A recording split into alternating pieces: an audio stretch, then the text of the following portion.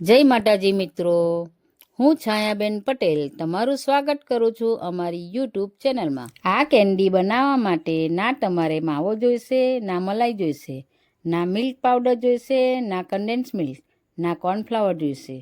તો તમને એમ થશે કે કેન્ડી કેવી રીતે બની, તો આ વિડીયો સ્કીપ કર્યા વગર જોજો।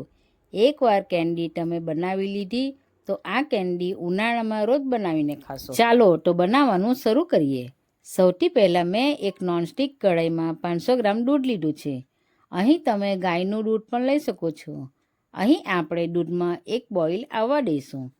આ રીતનું બોઇલ આવે અને ઉકળવા લાગે એટલે ચમચાના મદદથી તેને સતત હલાવતા જઈને આઈસ્ક્રીમના બેઝ માટે તેને ઉકાળી લેવાનું છે। હવે આપણે 2 ચમચી ખાંડ ઉમેરી લઈશું। પછી એમાં 1 ચમચી જેટલું એલચીનો પાવડર ઉમેરીશું। પછી એમાં થોડી કેસર ઉમેરશું અને બરાબર મિક્સ કરી લઈશું। કેસર ઉમેરવાથી આપણી કેન્ડીનો કલર સારો આવશે। તો સારી રીતે વાટકીમાં 4 ચમચી દૂધમાં 2 ચમચી કસ્ટર્ડ પાવડર ઉમેરી દઈશું। તો અહીં મેં વેનીલા ફ્લેવરનો કસ્ટર્ડ પાવડર લીધો છે। તો એકદમ સારી રીતે ગાંઠા ન રહે તે રીતે મિશ્રણને મિક્સ કરી દઈશું। તો આ રીતે સ્મૂથ બેટર રેડી કરી લેવાનું છે। હવે આપણે આઈસ્ક્રીમના બેટરમાં કસ્ટર્ડ પાવડર ઉમેરીને એક બાજુથી ચમચો હલાવતા જઈશું। સારી રીતે મિક્સ કરી લઈશું। જેમ જેમ દૂધ ઉકળતું જશે તેમ પેનની સાઈડ ઉપર મલાઈ જમતી જશે।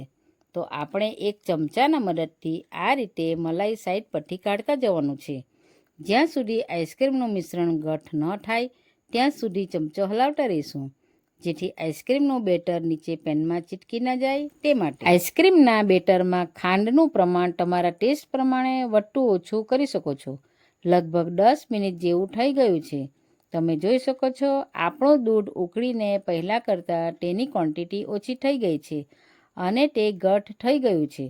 હવે આપણે આઈસ્ક્રીમના બેટરને 5 થી 10 મિનિટ ઠંડુ કરવા મૂકીશું। ચાલો તો આઈસ્ક્રીમ બનાવવાનું શરૂ કરીએ। તો તેની માટે પહેલાં અહીં 4 નંગ જેટલા કેળા લીધા છે। કેળાની છાલ ઉતારી નાના પીસ કરી મિક્સર જારમાં ઉમેરી લઈશું। પછી મિક્સર જારનું ઢાંકણ ઢાંકી એને બરાબર મિક્સ કરી લઈશું। તમે જોઈ શકો છો કેળા સારી રીતે ક્રશ થઈ ગયા છે। હવે આપણું આઈસ્ક્રીમનું બેટર ઠંડુ થઈ ગયું છે, તો તેને આપણે થોડું થોડું મિક્સર જારમાં ઉમેરતા જઈશું। હવે આપણે એને પણ સારી રીતે ક્રશ કરી લઈશું। તમે જોઈ શકો છો આપણું કેટલું સરસ સ્મૂથ બેટર બની ગયું છે। હવે આ બેટરને આપણે એક બાઉલમાં કાઢી લઈશું।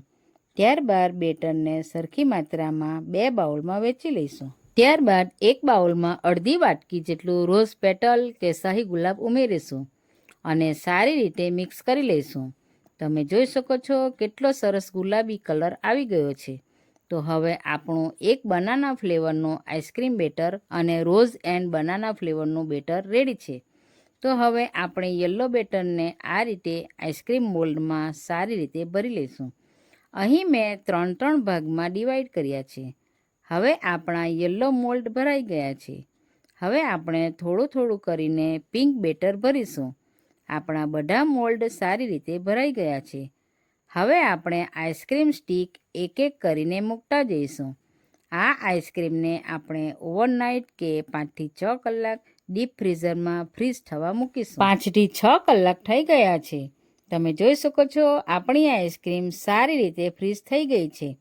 હવે આપણે એક ગ્લાસમાં પાણી ભરીશું અને એક આઈસ્ક્રીમ મોલ્ડને પાણીમાં સારી રીતે 2-3 વાર ઉપર નીચે કરતા જઈશું અને બંને હાથ વડે રબ કરીશું। તમે જોઈ શકો છો કે આપણી આઈસ્ક્રીમ કેટલી સરસ ઇઝીલી નીકળી આવી છે। આ જ રીતે બધી આઈસ્ક્રીમ ડીમોલ્ડ કરી લઈશું। આપણી બનાના આઈસ્ક્રીમ ખાવા માટે રેડી છે। એકદમ હેલ્ધી અને ટેસ્ટી આઈસ્ક્રીમ નાનાથી લઈને મોટા લોકો સુધી ખાઈ શકાય એવી આઈસ્ક્રીમ રેડી છે।